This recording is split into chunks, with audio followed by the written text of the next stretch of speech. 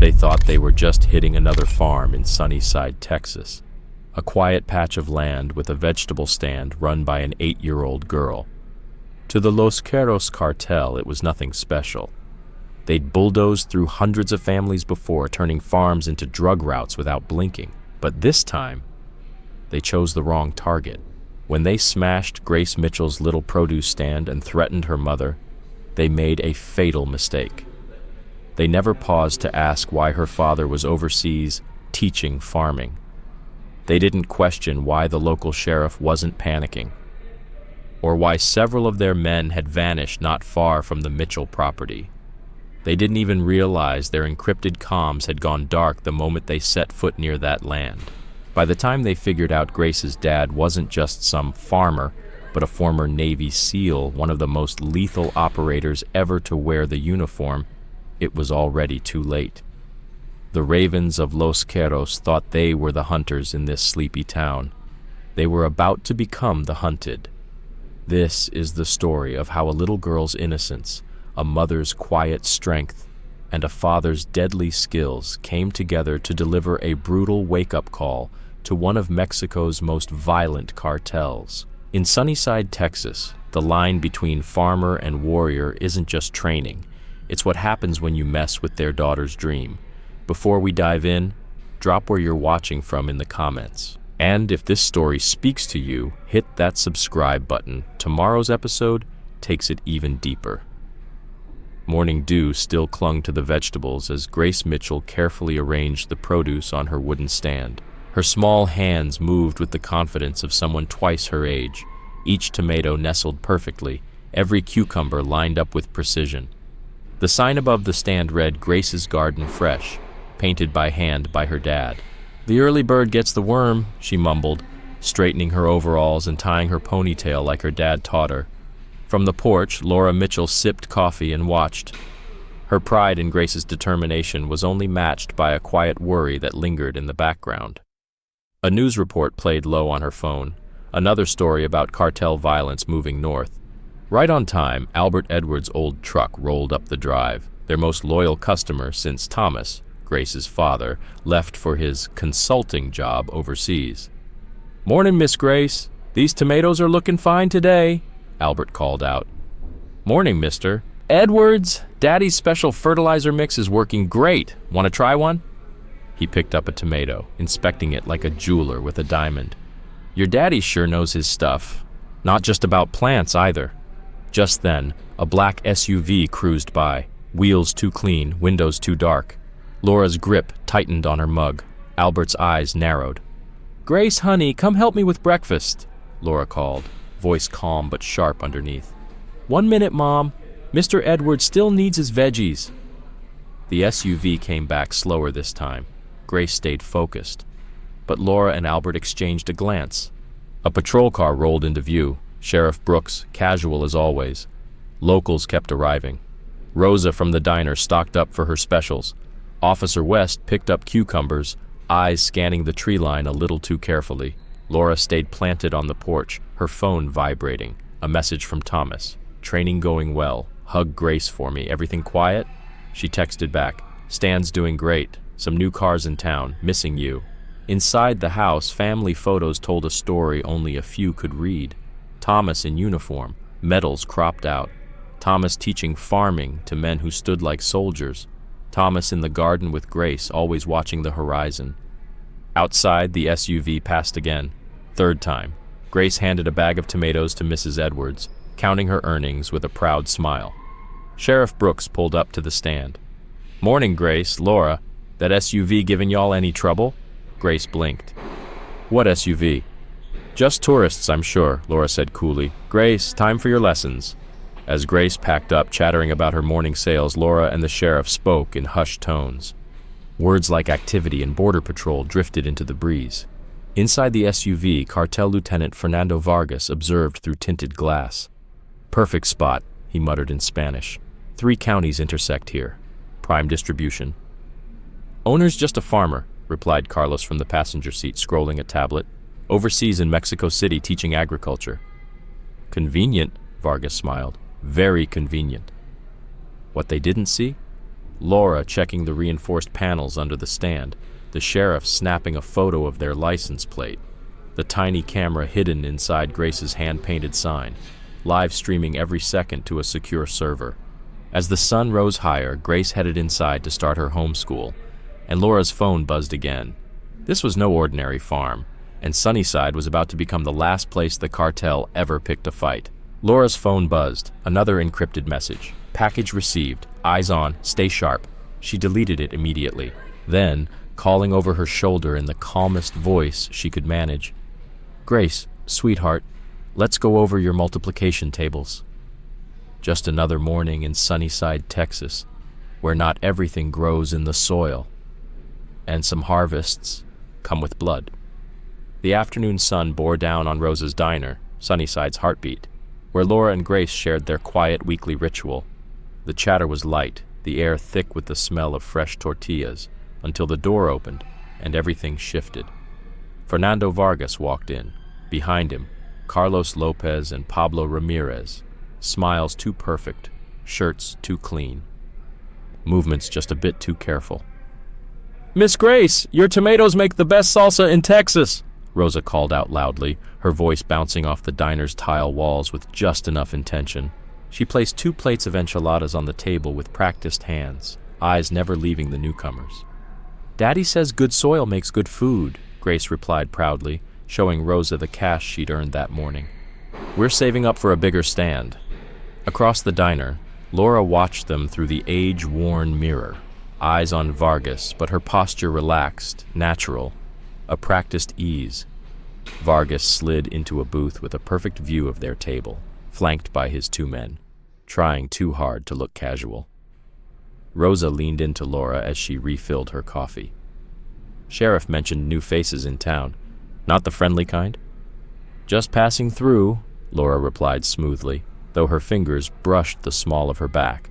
Nothing visible under her shirt, but something was there. At the table, Grace counted out her earnings. 20% for seeds, 30 for supplies, 50 for savings, just like Daddy taught me. Then came the voice. "What a smart little businesswoman," Vargas said smoothly, approaching. "Your stand. It's becoming quite the local legend." Laura shifted in her seat, subtly placing herself between Grace and the cartel man. "We do our best to serve the community," she said calmly. "A lovely location, your farm. Right at the crossroads of 3 counties. Very efficient for distribution." "Distribution?" Laura smiled politely. "We sell vegetables, locally." Grace looked up, innocent as ever. "Would you like to buy some tomatoes, mister?" "We're running a special tomorrow." The smile on Vargas's face didn't reach his eyes. "Perhaps your father, he's teaching agriculture in Mexico City, no? Such a long way from home." "He's helping people grow better food," Grace beamed. "He's really good at it." That's when the door opened again. Sheriff Brooks and Deputy West walked in. Not a word spoken, but they took seats at the counter, their eyes never far from Vargas's table. "Grace, honey," Laura said, standing, "we should head home. That delivery's coming soon." "But Mom, Rosa hasn't heard my—" "Now, sweetie." Outside, Albert Edwards' truck rolled by. Ellen waved cheerfully from the passenger seat. Albert didn't wave. He was watching Vargas's men with eyes that had seen things. Back at the farm, Grace went straight to the greenhouse while Laura ducked into the barn. "They made contact," she whispered into her secure phone. "Yes. Direct approach. No, Grace suspects nothing, and the sheriff's on it."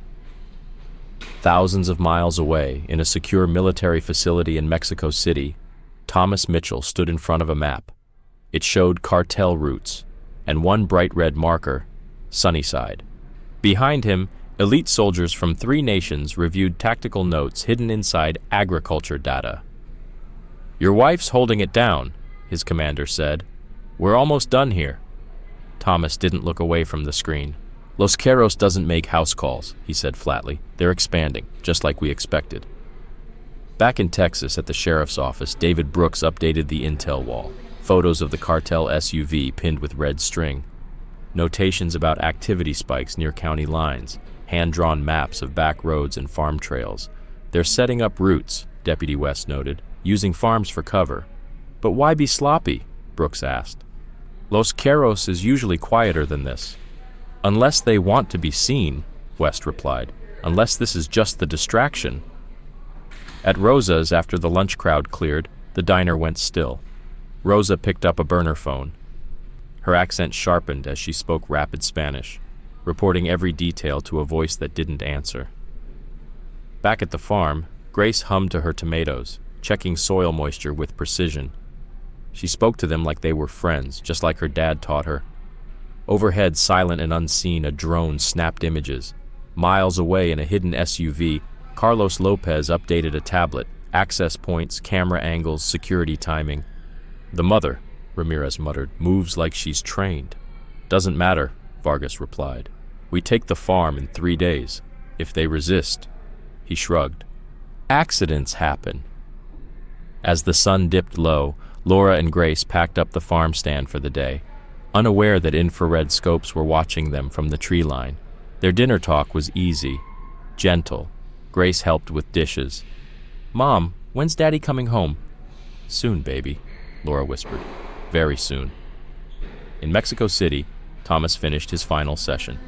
His students, special forces with years of experience, saluted him silently as he closed the folder marked Cartel Network's Northbound Expansion.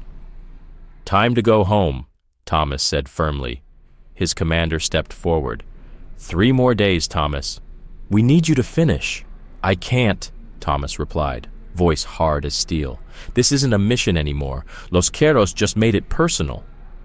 Night fell over Sunnyside. Grace slept peacefully, money stacked in labeled envelopes. Laura moved through the house, checking disguised sensors and motion-activated cameras hidden inside irrigation tools and weather monitors. Outside, Sheriff Brooks's car rolled slowly past. The farm was calm, but war was coming. In the darkness, they moved like shadows. Unseen figures crossed the farmland, scouting, measuring, waiting. Sunnyside held its breath. The calm before the storm had settled in, but this time the harvest wouldn't be vegetables. It would be justice. If you've been gripped by this story so far, do us a favor. Hit that subscribe button. It took time to piece this all together, and your support means the world to us. Now, back to Sunnyside. Morning broke with devastation. Grace's beloved farm stand lay in ruins, splintered wood scattered across the dirt, crushed vegetables staining the soil like bruises, spray painted across the wreckage, a black raven with wings outstretched, a calling card. Grace stood barefoot in her pajamas, fists clenched.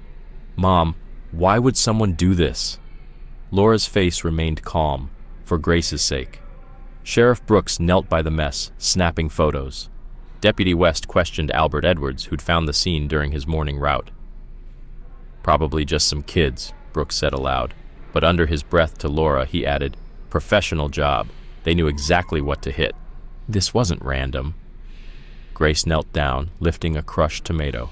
Her lip trembled, but she wouldn't cry. We can rebuild it, right? Daddy showed me how to use the tools. Of course we can, sweetheart, Laura said, pulling her close. Now go get dressed.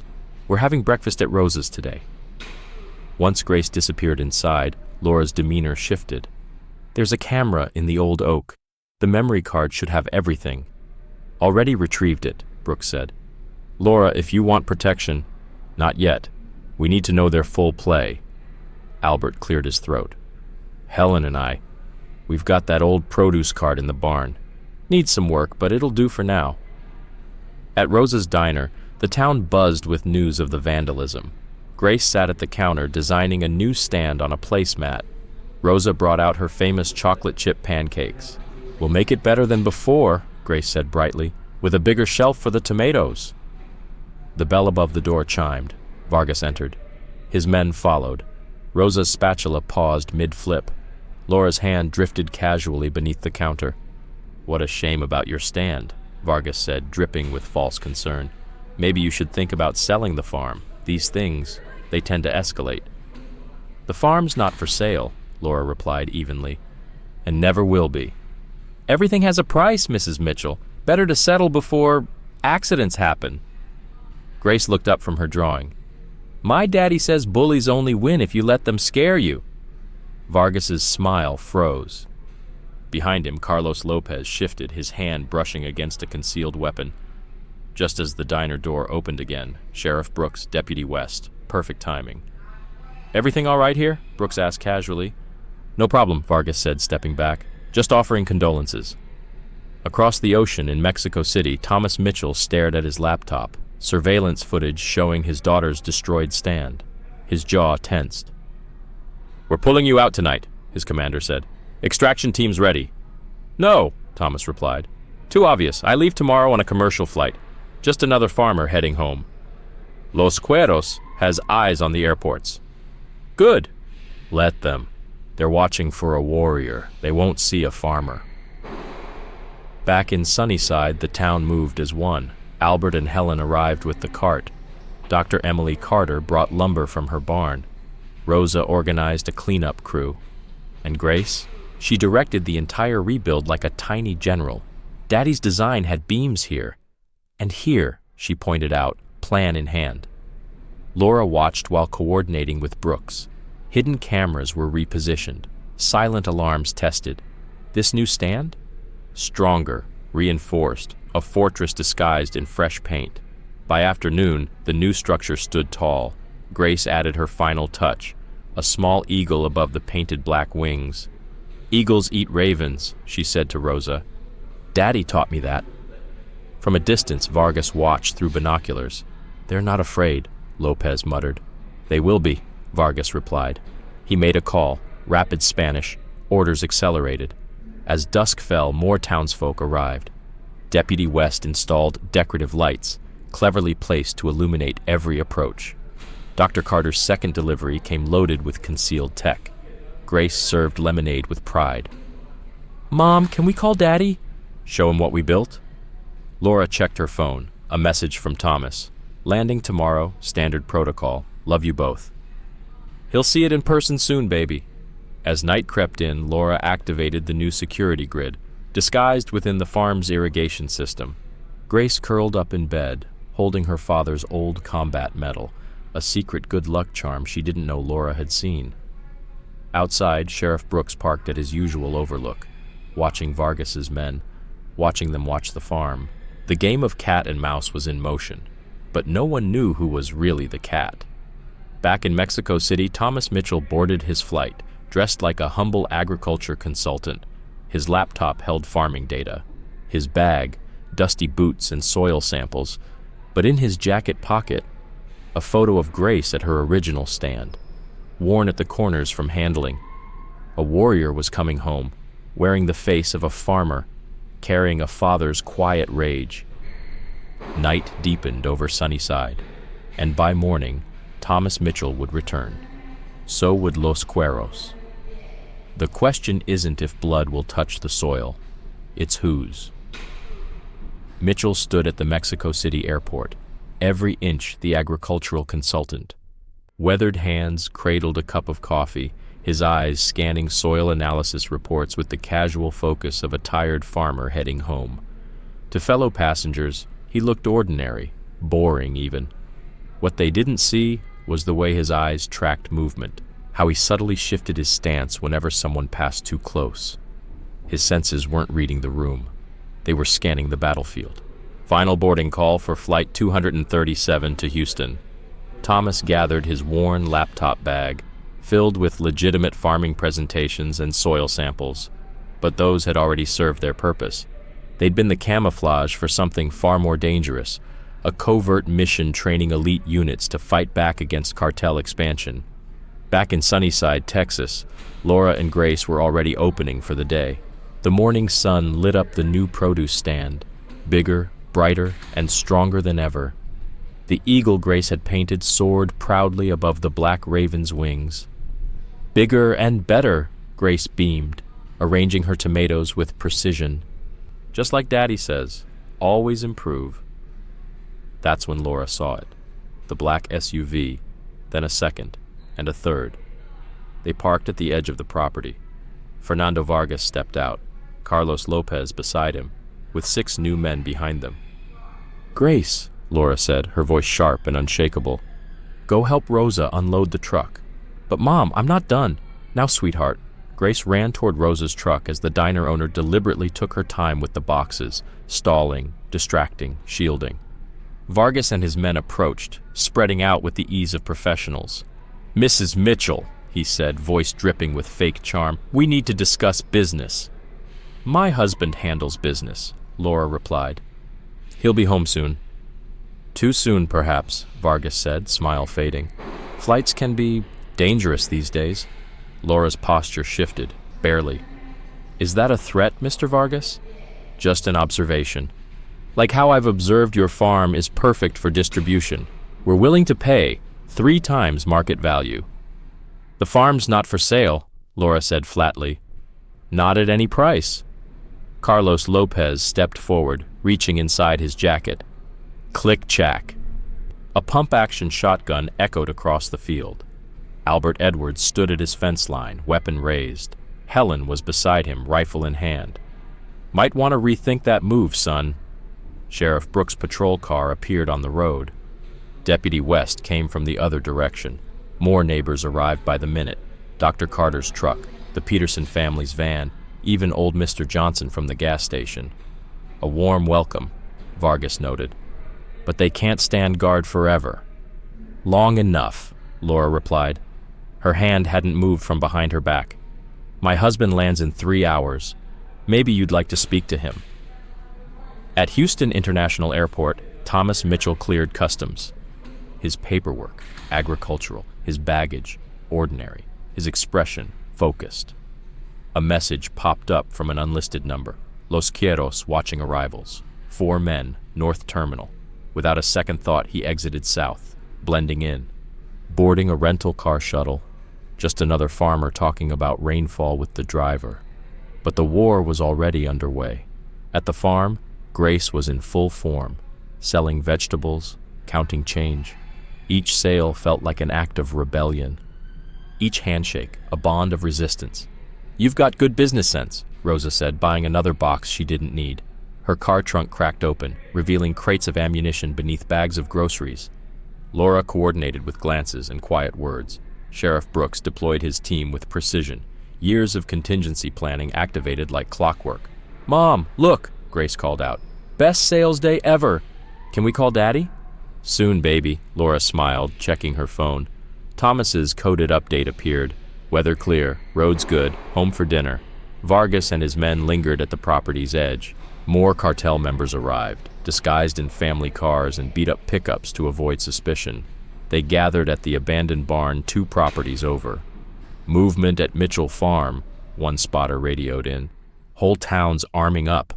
"Let them," Vargas replied. "Once we have the father, the rest will fold. No one risks their kids." But what they missed was Laura's hand movement triggering hidden cameras. Deputy West's drone flying overhead disguised as a crop surveyor. Every cartel position, documented, every arrival, logged. Dr. Carter swung by for cucumbers, a subtle exchange. Sarah Jensen sent a message from the airport. "Wolves are watching arrivals. Your package might need a new route." Laura nodded. Package knows how to handle wolves. Grace heard it, didn't understand it. She was too focused on giving exact change, smiling politely and watching people's eyes, like Daddy taught her. Meanwhile, Thomas's rental car curved north, then east, doubled back south, standard evasion techniques disguised as tourist confusion. A new alert buzzed on his phone. 8 hostiles, Jensen Barn, armed. At the sheriff's office, David Brooks updated the intel board. Photos, safe houses, weapon stashes. The pattern was undeniable. "This isn't just about the Mitchell farm," Deputy West said. "They're building a full distribution hub, using every county line property." "No," Brooks corrected. "They're not using the Mitchell farm as a hub. They're trying to take it because it's the key." Laura received the update while stacking tomatoes. Grace was chatting about sales goals, completely unaware of what was coming, but her mother wasn't, and neither was her father, because by sundown, Thomas Mitchell would be home, and the storm Los Quieros thought they were bringing was already waiting for them. Around the Mitchell farm, armed neighbors kept casual positions, watchful, quiet, ready. "Mom," Grace said, eyes bright with excitement, "can we do a special sale tomorrow? Daddy always says to reward loyal customers." "We'll see how today goes first, sweetheart." From a distance, Vargas watched through binoculars. "The mother," he muttered. "Something's off. She's too calm." "Background check came up clean," Lopez replied. "Check deeper. No farmer's wife moves like that." Meanwhile, Thomas Mitchell's rental car rolled down familiar roads. He passed Rosa's diner. Too many cars in the lot for this early hour. At the gas station, 3 deputies pretended to check tire pressure. The church parking lot, full of trucks, on a weekday. His phone buzzed. "Welcome home, honey. Grace made your favorite pie." The coded message said it all. "Defensive positions ready. Threat level high. Grace secure." At the farm stand, Grace counted her earnings under Laura's watchful eye. The sun dipped westward. The facade of normal was almost over. "Time to pack up, sweetie. Big day tomorrow." "But Daddy might come see the stand." "He'll see it," Laura promised. "Just not right now. We need to go inside." Cartel soldiers watched the property surrender to dusk. They noted neighbors leaving, police patrols thinning, planning their next move. What they didn't see was him, Thomas Mitchell, approaching from an unexpected direction. Just a farmer in a dusty truck. What they didn't recognize was the wolf in flannel coming home to protect his flock. Night settled over Sunnyside. Grace slept soundly upstairs, dreaming of tomorrow's sales. Laura walked the house, checking systems hidden in irrigation dials and garden tools. And somewhere out in the darkness, a father watched the men who dared threaten his child. The hunt would begin at dawn. Dawn crept in, quiet and heavy. No tractors, no neighbor chatter, no farm stand opening. But inside the barn, Grace had already arranged her produce. "Just a little longer, sweetheart," Laura said, checking her phone. No new messages from Thomas, exactly as planned. "But we're losing customers," Grace protested. "Mr. Edwards always comes at sunrise." "He'll understand. Why don't you check the tomato rotation?" Laura's eyes never stopped scanning the tree line. 3 cartel vehicles had moved in overnight. Sheriff Brooks had confirmed 6 more spread across neighboring land. The morning fog was a perfect cloak for both sides. The familiar rumble of Albert Edwards' truck echoed in the distance. But something was wrong. The engine strained. The rhythm off. "Grace, storage cellar, now." "But Mom." "Now!" Grace ran, disappearing into the hidden entrance just as Albert's truck burst through the back gate. Carlos Lopez was behind the wheel. Albert, barely conscious in the passenger seat, blood at his temple.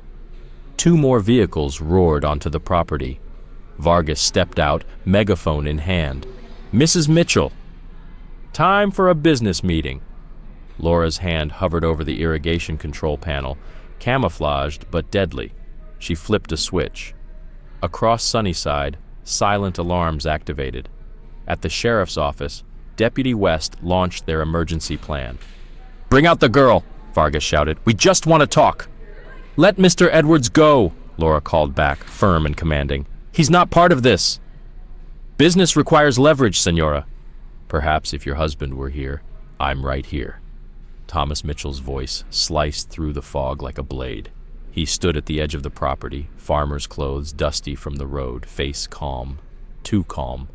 Only his eyes betrayed him. Predator's eyes. "Well, well," Vargas smiled. "The famous agricultural consultant. Tell me, what exactly are you growing in Mexico?" "Let the old man go, then we talk." Lopez shoved Albert from the truck. The old farmer stumbled but stayed upright. "Run along, old man," Vargas sneered. Albert looked him dead in the eye. "Sorry, Laura. They jumped me at the gas station." "Not your fault, Albert. Get to the barn." Albert reached the doorway. That was the signal. Laura hit another switch. Steel panels slammed shut over the barn windows. Lights across the property went out. Thomas moved like a phantom. The first cartel soldier dropped before he even raised his weapon. 2 more followed. Precision strikes to the throat and temple. Lopez reached for his gun. Crack! A single shot rang out. Helen Edwards, from her kitchen window 300 yards away. Her bullet took Lopez's hand clean off. "Engage!" Vargas screamed in Spanish. More cartel troops emerged from the woods, but so did Sunnyside. From every field, every tree line, armed neighbors rose, deputies, farmers, mechanics, ranchers, years of quiet preparation, now unleashed. Inside the barn, Grace stared at the security feed. "Mom, is that Daddy?" "That's your father, baby," Laura said softly, "and he's very good at protecting people." On screen, Thomas moved like flowing water. No wasted motion, no hesitation. Every step measured, every hit final. Vargas panicked, retreating toward his SUV. His men dropped around him. Then Laura stepped from the barn, back to back with Thomas. Fluid, focused, lethal. "Just like Honduras," Thomas grinned, dropping another man. "I was better in Panama," Laura replied, sweeping an attacker's legs from under him. Grace whispered, "Mom was a soldier too." The battle shifted. The cartel had numbers, but the town had purpose and planning and unity. They weren't defending just a farm. They were defending each other. And as the smoke thickened over Sunnyside, it became clear. The cartel didn't start a war. They walked into a trap. Grace Mitchell's farm stand began as a simple produce stall, but when the Los Queros cartel tried to take over her community, it became the nerve center of a quiet revolution. Led by her parents, Thomas, a former Navy SEAL, and Laura, an ex-Marine intelligence officer, Grace turned a farming town into an unbreakable defense network, disguised through agriculture, cooperation, and coded vegetable deliveries. When the cartel launched military assaults, the towns responded with trained civilian defense. When they tried psychological warfare, Grace opened her farm to the public, streaming everything with full transparency. When they used financial sabotage, the towns switched to bartering. When they attacked with biological weapons, the community fought back with disease-resistant seeds and shared techniques. Each new attack made the community more resilient, more united. Grace's farming system evolved into a regional intelligence network, spanning 7 towns. Children became lookouts. Produce deliveries became communication lines. Simple market sales became acts of defiance. Even elite cartel operatives, foreign mercenaries, and infiltrated government officials failed to dismantle the system. Grace's response was always the same: grow smarter, not harder. Her markets became models of compliance, transparency, and local governance. Her network became a blueprint for community-based resilience across the country. When the cartel made a final offer to join forces and go legitimate, Grace refused. "We don't just sell vegetables," she said. "We grow strength, we grow trust, we grow community." Her system, built not on power or violence, but on ancient principles of growth and cooperation, became the national standard for resilience. Because in Sunnyside and the 7 towns it touched, the most powerful force wasn't fear or money or force. It was the force of things that grow,